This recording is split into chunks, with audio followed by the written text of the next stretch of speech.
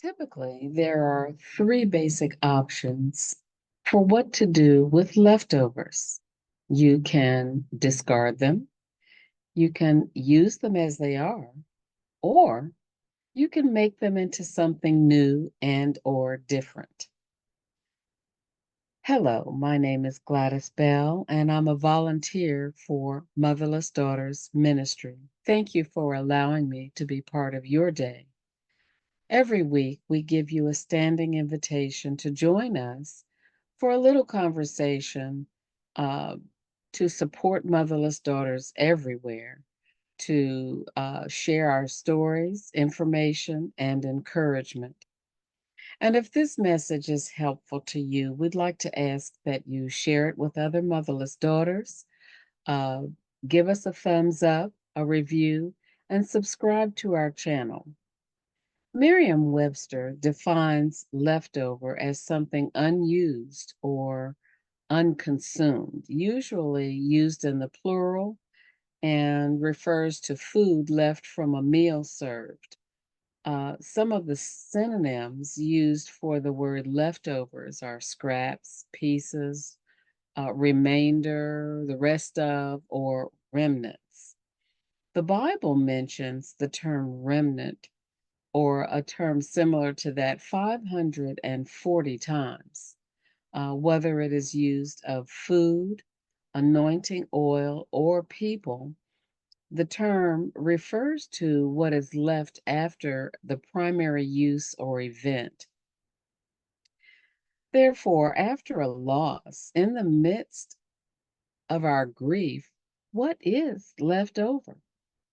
It's popular for advertisers to show a before and an after picture to highlight the value of their product or service.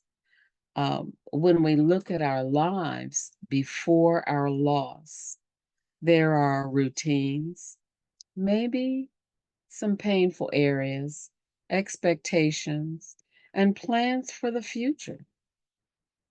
Based on our values, our standards, and our goals. We visualize how the significant people in our lives fit into what we have in our minds for our future.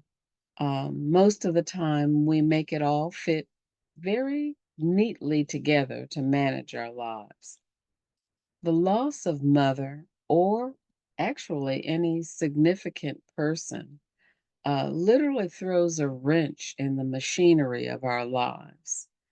Um, the phrase throw a wrench in the work implies something has been um, sabotaged, disrupted, um, or rendered useless or destroyed. Significant loss can raise lots of questions. For instance, what do I do now? How do I live my life without this person? What's left for me? Um, we were not given the option to change our plan. We usually like to do what's necessary to fix things or restore what was changed. Take a pill, change our regimen, uh, get involved in some type of treatment that will restore things to their normal state. But our lives were changed forever.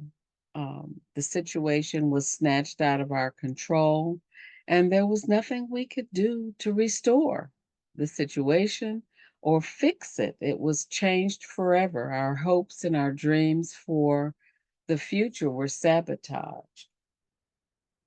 Looking at our lives after a loss, we still have to get through some of the same routines to fulfill obligations and responsibilities.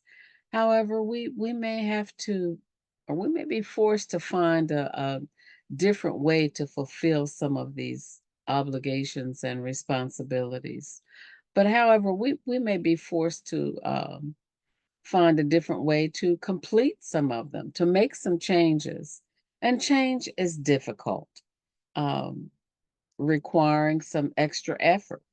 What remains are our beliefs and our values, which we may question.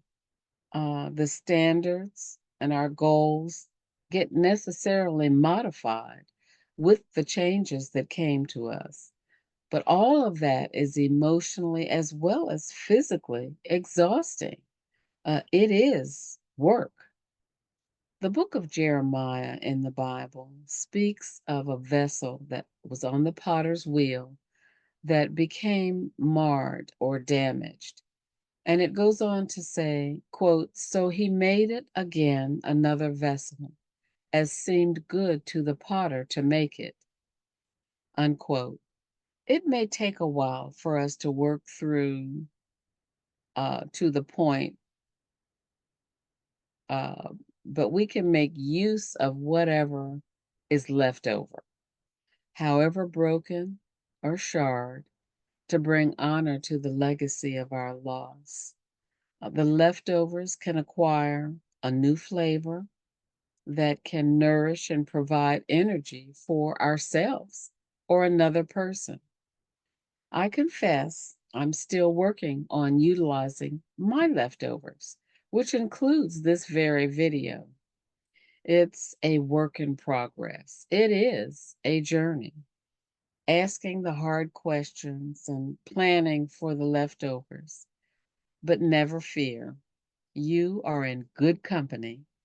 The Motherless Daughters Ministry is here for you, and you are not alone.